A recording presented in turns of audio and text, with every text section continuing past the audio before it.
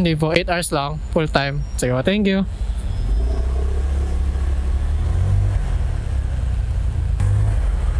So hiring sila. Sayang lang na hindi tayo may OJT lang tayo. Pero okay lang, okay lang. Hurdle. That's the biggest hurdle. Saan nga ulit yung McDo na alam ko dito? Teka, parang wala. Puta na lang. Meron pa ba? O doon yun, o nalagpasan nga natin.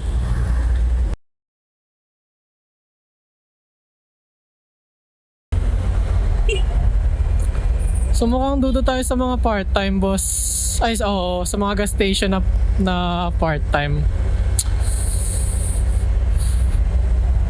Doon naman tayo McDo. Wala, di ako ready sa SB. Kahit sabi ko, mag-ano ako apply ako sa SB.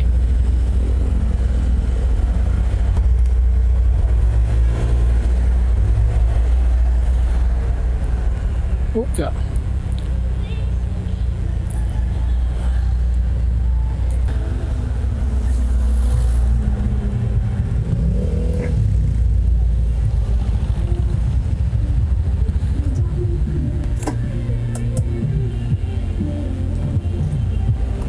Cut ko muna yung video dito, guys. Ayun, so doon tayo galing, third McDo location. Hindi pa daw sila hiring pero tumatanggap sila ng resume. So that means that's a no. Pero nagpasa tayo ng resume. On to the next McDo location,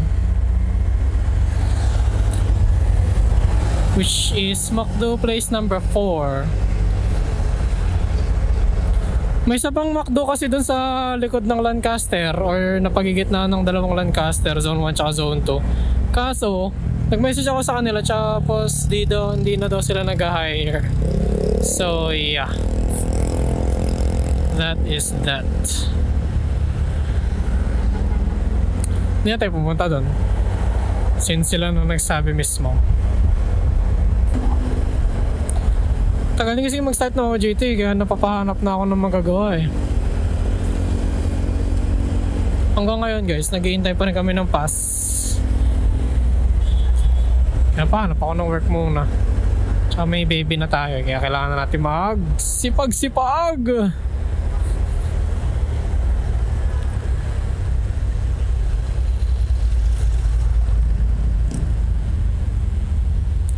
Saan ang parking ng ito para motor? Alam ko na sa gilid if I'm not mistaken. Yeah, nasa gilid nga. Okay.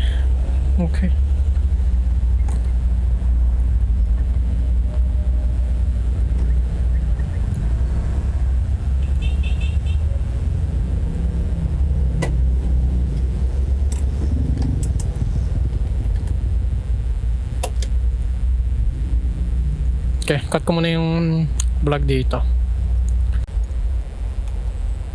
Recording. Yep. So, ganoon din sabi dito, since may bagong say manager dyan.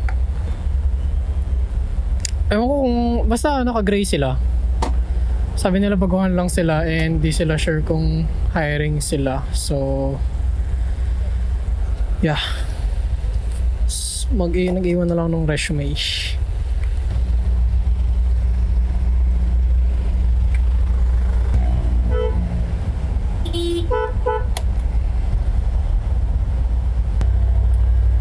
Next stop, somewhere dun.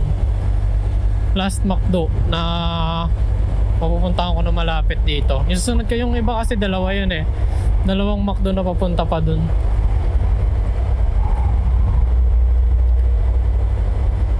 Sa Pasay. Punta na tayo sa last McDo location tapos uwi na tayo. Then papaserox tayo ng mga copies ng ating tawag dyan, resume.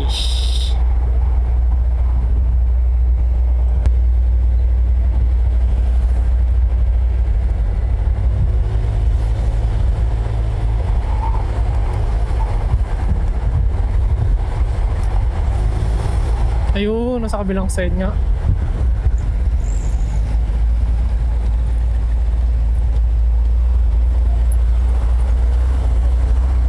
So ito, di ko rin alam kung saan to, pero shit, akala ko lubak na malala. Pag dinire-diretso mo to, papunta na ng kaibigan yan eh. Like later, diretsoy mo lang to. Ito. Magtingin tayo dito. Saan ba ang parking niya? Nasa kabilang side pa. Sogo pala yung tinitignan ko, gagi.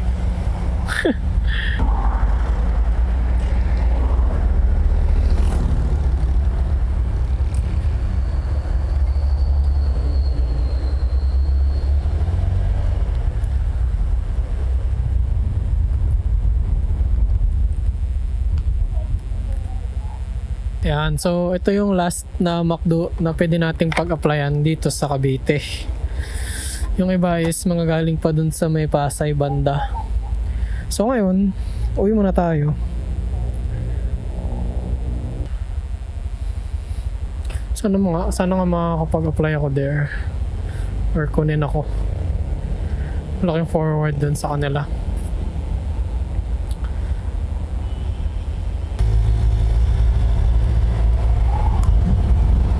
Mga gas station kasi ano rin yan eh. Though pare-pares naman minimum wage.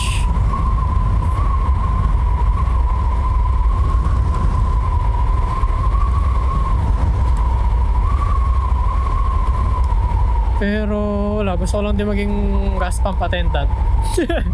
Para pa magpapagas tayo, hindi tayo maghihintay. Charis, bawal yan. So ayun nga. Looking forward ako doon kasi yung yung counter doon kanina, mabait, approachable, madali ko usapin. Alam mo parang paano ba? Sabihin na lang natin ibang-iba yung vibe na binigay niya sa akin kumpara doon sa iba, sa apat na McDo. Though medyo understandable kasi sabi natin busy sila, pero yun din siya, busy din siya eh. Tapos parang nagagawa niyang makausap ako. Magaling. Sinabi niya kasi na kung working student ba ako. Sabi ko hindi, graduating na, hintay na ng OJT. Yung ganun. Hindi siya yung chief manager, ano lang siya, counter crew, service crew.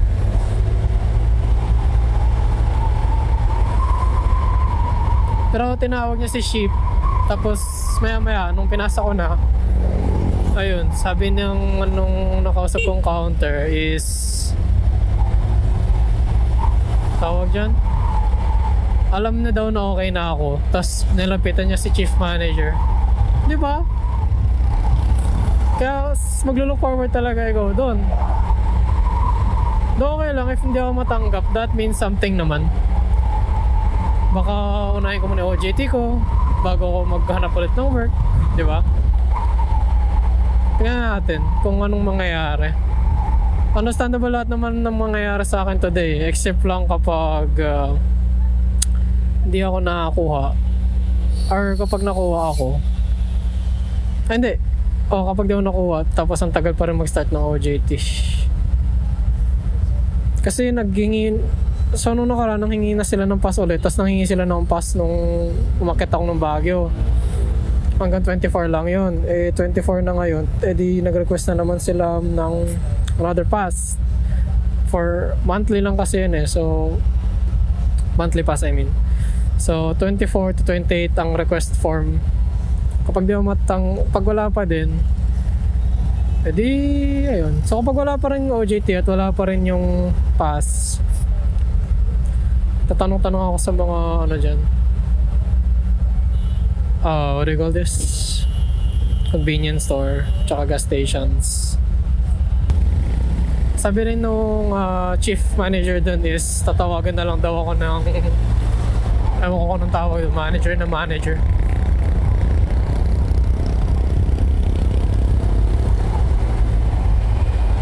Super manager. Basta yun. Alam mo to yung sinabi ng baby ko kanina kung anong mga manager eh. Pero yung chief manager, yun yung naalala ko. Kasi yun yung sinabi doon eh. Yung isang manager hindi ko maalala. Pero tatawagan na lang daw ako, sabi ng chief manager. So pag tinawagan ako noon, i-specify ko na lang na hanggang alauna lang ako. Para makatulog naman ako ng at least 4 hours or 5. Tama ba? 2, 3, 4, 5 hours lang pala. 5 hours. So dapat makatulog ako 5 to 6 hours. Yun yung minimum ko sa sarili ko. Hindi rin naman magtatagal na ganun eh. Bakit? 3 months lang naman. March hanggang May. Or mid-May, late May. Yun lang. Tapos balik na ako sa regular sleep ko. Sakripisyo lang. Kaya ko naman eh. Na 6 hours lang yung tulog. So ayan, pauwi na tayo Lancaster. Ito yung dinaanan na, ito yung dadaanan nyo kapag papasok yung Lancaster galing Kawit or Imus, Kawit, Imus or sa Manila. Ito yung dadaanan nyo papasok ng Lancaster. Ayan, napapansin nyo, dami na tayo nadaan ng establishments, building, tinda, Shopwise, Save More, ano to? Wilcon D, hindi, MC Home Depot. Kung ano man ibig sabihin nun. Meron din Wilcon Depot dun sa labas, diba? Tsaka Pure Gold, SNR na kainan lang, McDo, Jollibee, Chowking, o kung ano man. Basta yun. Kita nyo, madami na establishments dito. So, yun. So, malamang masusundan tong vlog na to. Hindi ko lang alam kung kailan. Pero hintayin nyo na lang guys. Hindi ko naman ito i-upload din agad eh. So ayun. Peace. Hanggang sa susunod na lang ulit.